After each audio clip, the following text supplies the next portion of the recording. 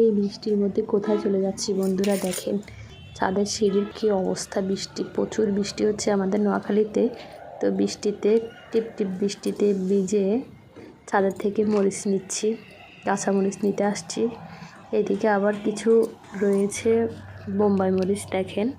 তো বোম্বাই মরিচ এবং কাঁচা মরিচ দুইটা মরিচ আজকে উঠাবো, 2 আইটেমের মরিচ তুলবো রান্না করার জন্য। তো গাছের থেকে মরিচ নিয়ে রান্না করব। শুকনো মরিচ কম ব্যবহার করা হয়, যেহেতু আমার গাছে কাঁচামরিচ আছে। সবসময় আমি কাঁচামরিচ দিয়ে রান্না করার চেষ্টা করি। তো আজকে আসলাম বৃষ্টির মধ্যে মরিচ নেওয়ার জন্য। দেখেন পাতাগুলোর উপর বৃষ্টি পড়ে আছে। গাছ থেকে ফ্রেশ টাটকা মরিচ নিয়ে রান্না করতে ভালোই লাগে। নিজে রোপণ করা গাছের মরিচ খেতেও অনেক মজা।